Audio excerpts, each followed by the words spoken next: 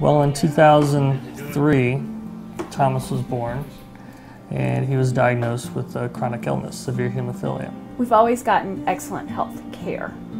Our health care, the medical treatment that we and Thomas have gotten has never been the problem. That's not the issue. So this is a lot of the mail we get. This is a few weeks worth. These are bills for stuff that insurance didn't cover.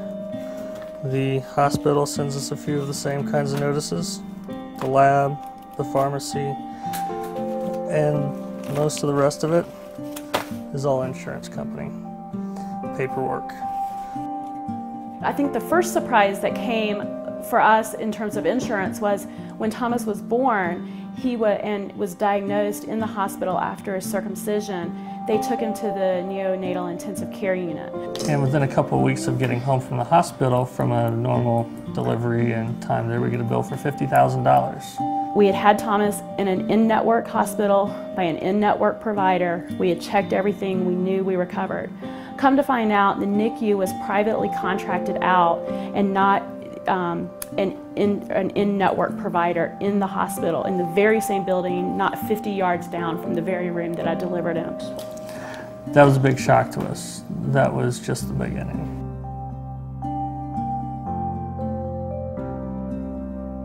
We had what started out as a great plan, but every year they would push us into a high deductible plan. They would push the deductible up. They would push the out-of-pocket up. The premium would skyrocket. In the end, we had a $12,000 plan with a $10,000 out-of-pocket every year and $1 million cap that they put on just because basically Thomas was not profitable for them anymore. You know, I knew why we had the cap. It was because of him, and I felt that they had put a price tag on my son's head.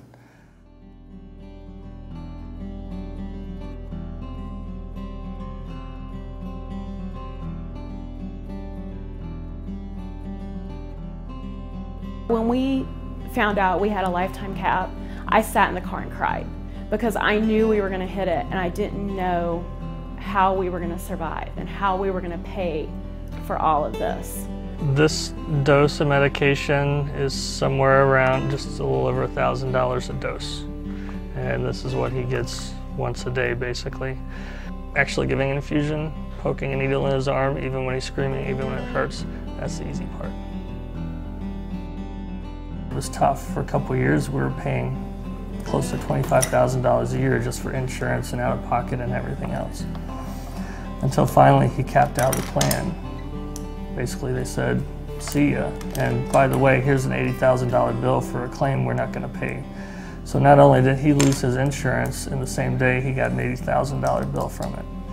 We started exploring all the different options on how are we going to, what is the next step? What is our next insurance plan? Social workers recommended that we get a divorce.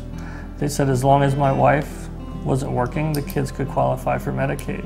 That was absolutely absurd, and it's not in our family values. Getting a divorce is not something that we want to teach our children, that that's the way to get health care, to get a divorce. No, the system needs to work for us, not us working the system. I'm constantly haunted by what's going to happen when there's no more coverage. What's going to happen if I have no more job that provides the insurance? What's going to happen when he hits the next cap and can't access the medication? We're always fighting with insurance companies, with providers that didn't get paid by the insurer like they were supposed to, and it eats up so many hours a week.